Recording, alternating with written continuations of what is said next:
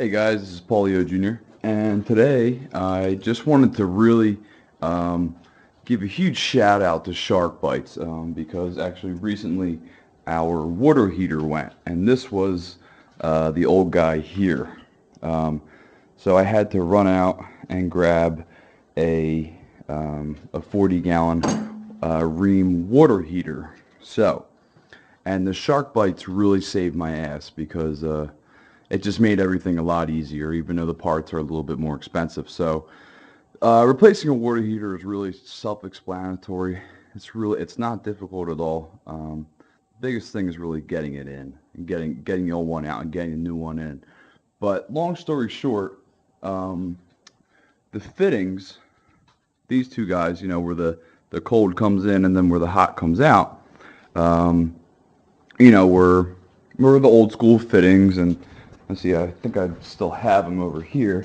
Uh, so they were like this, and and basically this went on here. You had to put the Teflon over that, screw that in, and then screw that into the top, and that's how I had it. That's how it was over here, and we had these pipes that were, really, just in the way, and they were like hanging over here, and they were too high, and it just didn't work at all. So this kind of came out of the question unless I wanted to cut it and sweat it and resolder and all that fun stuff. So the only two tools I needed was this. I didn't even need this, but I still used it anyway, and and then a pipe cutter, and that was it. And long story short, you buy these the flexible pipes here. You can get them at Home Depot. And so what I did was just cut a piece, cut where I needed the pipe, and then just took the rest off and did the same thing for this guy right here. If you can see that, same thing. So I cut it right there, and then the rest of the pipe that was like this and all elongated and weird and curvature and all that kind of fun stuff, just took that whole piece out and just said, forget this mess. And the SharkBite fittings already have a gasket in it, so there's no need for the Teflon or anything like that.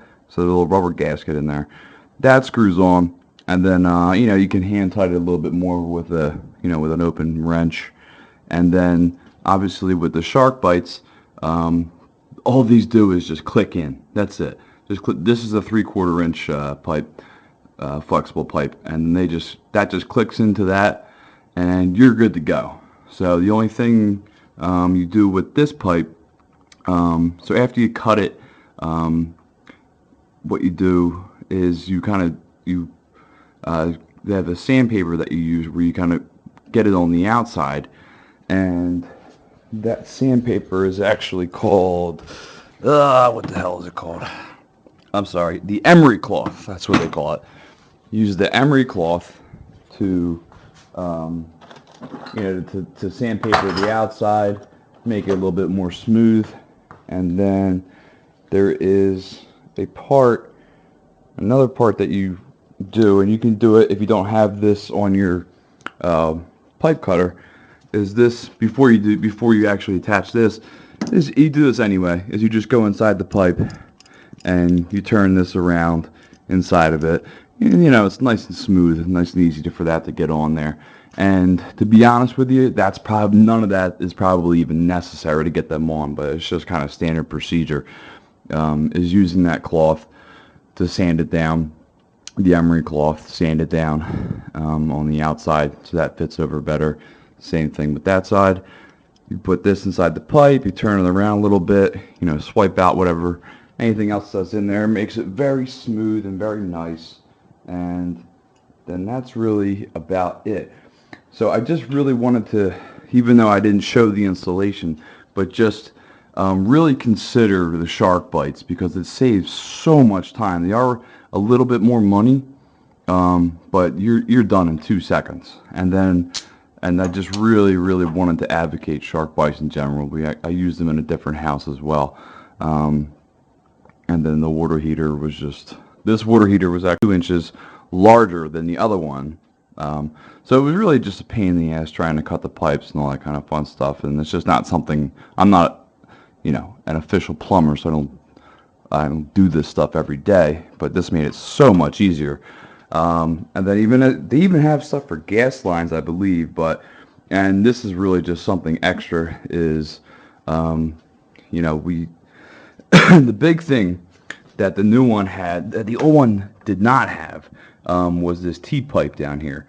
And then you just use it's pipe compound. We use pipe dope, for in between every pipe and every fitting, and including here, going into the unit itself.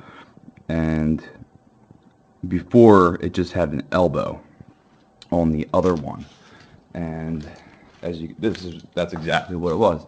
There's just an elbow going into that, and the purpose for this extension here.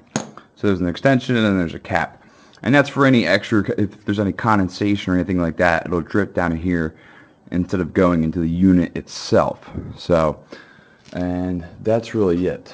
So yeah, I could have put up, the only thing that I can do later is add some shutoff valves as well, and even that would be simple. I could just cut, boom, boom.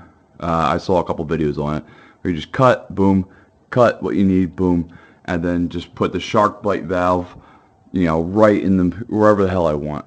So I could just put it right here, have a shutoff valve right there. Do the same thing, cut, boom, shutoff valve. So they're a little bit closer and not further away, and makes it a hell of a lot fucking easier, I'm telling you. So SharkBites are the way to go if you are installing a new water heater. Consider this an option. So instead of sweating pipes and all that fun stuff, just cut the pipe, get the SharkBite extension here, and whatever, and all I think it's 3/4 is pretty standard for the water heaters, and that's it. Put these on, hand tight them, and then that's it. Cut it and attach the SharkBite, and that's it. So no soldering, nothing like that. Cut and just plug and play, man. What a and they're outstanding. And they actually, you pay $1 to get, if this ever needed to come off, you have to have the SharkBite tool, which would actually pull this off if you ever needed to, and they're only $1 at Home Depot. So, but that is my suggestion. That is just a really quick overview of how I went and installed this new water heater. The gas line stayed the same all the way down here, and then you can obviously just see, instead of having an elbow, we have this guy right here. So we have the splitter, the triangle guy, which was all 1/2 inch, and then these two little couplers here. So the coupler has the compound, the pipe compound on each side, right here, right there, right there, right there, and right there, and we're good to go. And that's for the gas line, and that was I believe a 1/2 inch. Yeah, that was all 1/2 inch. This is all 1/2 inch pipe. So, and the thing works freaking great, and there's no leaks or anything like that. And the best thing, the safest thing to do to make sure to check for gas leaks is to have a bottle of, I still have it somewhere, this guy right here. And this was mostly this is just dish soap and water. And you could use it for both spray over the water lines and the gas lines, and you would spray over, all around here, and if you saw any bubbles, then you would see you had a leak. But if you felt really successful, I don't recommend doing this. Some people do this, is they even, as long as you don't smell the gas, they actually get a match or a lighter, and they put it close to each part. I don't recommend that. I don't think that's necessary, but people who are extremely comfortable with their jobs do that. I just use the actual dish soap spray, and that worked fine, and we're all good. So this guy's been in for about a day now. Had to get put in yesterday after the old one went out on us. And then the same thing with this. In the previous video, I showed putting this on with Teflon. You still can do Teflon, but on this one I did use the pipe compound. You know, just for shits and gigs. Why not? So, and then that gets wrenched in as well, and then that's about it. So that's your discharge pipe here, for your pressure release and all that fun stuff. But yeah, SharkBites fucking rule. SharkBites fucking rule. That's what I should just name this video. That's it, man. Cut, plug and play. You're done. Be done with this shit. You know. Make sure you have the T down here. Make sure you have a shutoff valve close, a gas shutoff valve close to the water heater as well. And then it's not necessary, but have you know, try and get shutoff valves. This was an older house, but try and get shutoff valves near the water heater as well, and make your job a hell of a lot easier. So that's what I'm probably going to end up doing, is just cut, pull that pipe out, and then boom, SharkBite shutoff valve right there, SharkBite shutoff valve right there. That's all I need to do. So cut, plug and play. SharkBite's fucking rule, and definitely worth every penny, and so much easier, just as efficient, if not more efficient, and yeah, just makes the job go so much smoother, and you know, no soldering, sweating, and all that crap. I said it a million times. I'll say it a million more. Go SharkBites all the way. So that's all I got for you today. Hope you guys enjoyed.